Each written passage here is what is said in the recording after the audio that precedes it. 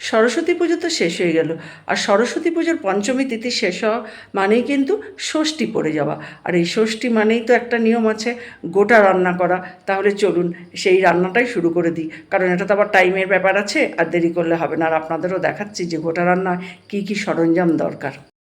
শীতল ষষ্ঠীর গোটা রান্না করার জন্য আমি কিন্তু সব সরঞ্জাম একদম রেডি করে নিয়েছি। এই যে এখানে নিয়েছি গোটা মুগ, এটা দিয়েই আমাদের করে, অনেকের অবশ্য অন্য পাঁচকলাই দিয়েও করে, আমাদের এটা দিয়ে করে। আর হচ্ছে এই যে শিম, ঠিক এরকমভাবে যে ডান্ডি সমেত সাদা শিমগুলো এইগুলো লাগে, আর রাঙালু, সব জিনিসই তো গোটা গোটা লাগবে।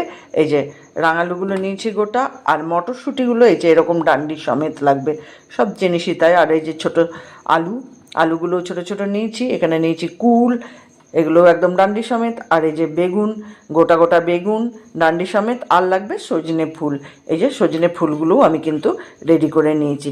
তাহলে আর দেরি না করে আমি রান্নাটাই শুরু করে দিই। রান্নার সময় তো আর দেখাতে পারবো না, কারণ রান্না করতে করতে ভিডিওটা করাটা ঠিক হবে না। এটা তো যাই হোক ঠাকুরের উদ্দেশ্যে করা। দেখলেন গোটা রান্না করার জন্য যে সরঞ্জামগুলো দরকার সেগুলো তো একদম রেডি করে ফেলেছি।